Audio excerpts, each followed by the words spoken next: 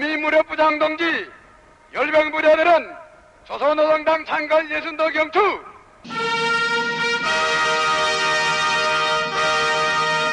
경기도 안녕하십니까?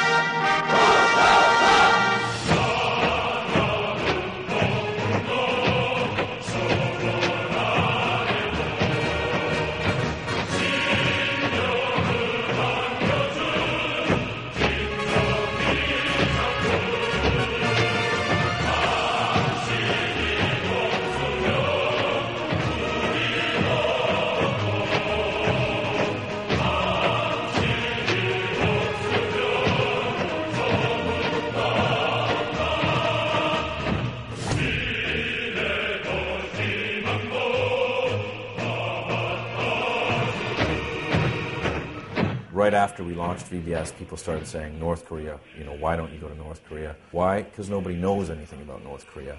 So we were fascinated by it, and we tried to get in for a year and a half, but couldn't, because North Korea doesn't let anyone in. They do not want anyone to corrupt their 100% homogenous society that is 100% ruled by one person, Kim Jong-un. In the end, we just got so frustrated that we ended up flying to South Korea and saying, well, at least we can go to the DMZ and sort of put our foot into North Korea and sort of at least see a little bit of it from the south. Let's go see the DMZ, which is the Demilitarized Zone, which is the border between North Korea and South Korea.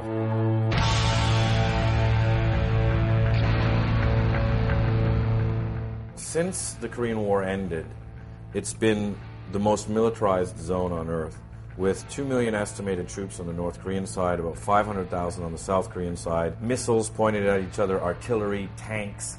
There's 3 million mines on the border itself. In fact, there's so many mines that the North Koreans built invasion tunnels where they went 70 meters down, and they're like, we can be in Seoul in an hour and a half.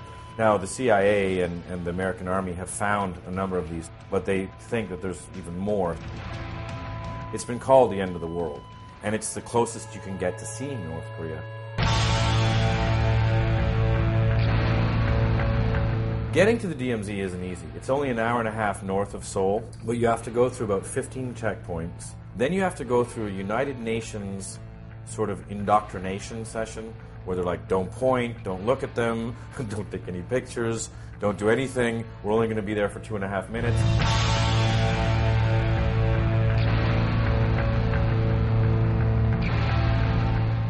So we're at the last stop in South Korea before going to the DMZ.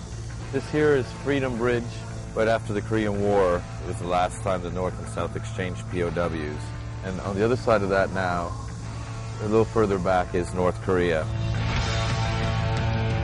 Right here, it's kind of like a theme park, but as you see, like just beyond the theme park, kind of hidden by the trees, there's barbed wire and landmines and checkpoints everywhere. So it's kind of a very bizarre theme park. A lot of families come and they put up messages or prayers for their family in the north that they've been split and never allowed to see. So they all come here and make a pilgrimage and say, okay, this is what I'm going to put up. Someone's put up some golf balls there. I think the South's going to lose pretty damn quick. They're going to be sort of rave soldiers brought up on PlayStation versus the North Koreans who eat grass and sleep with their AKs.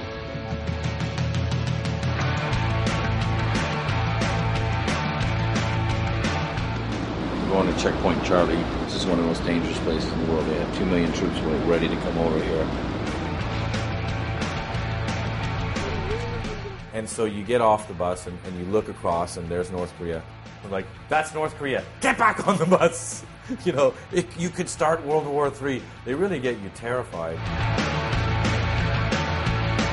They let you into one barracks room, and the barracks room is half in North Korea, half in South Korea. And they set that up so that they could have talks. But it's the only place where you can go and actually set foot, technically, into North Korea.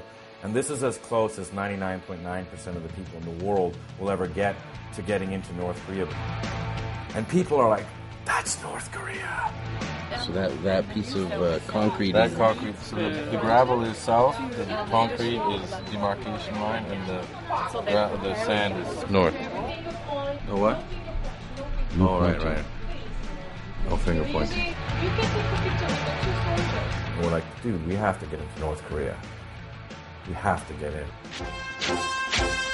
If the enemy dares to invade the land of Korea even an inch, the Revolutionary Armed Forces of Korea, where the whole country has been turned into an impregnable fortress and the whole people have been equipped with arms, will smite aggressors mercilessly.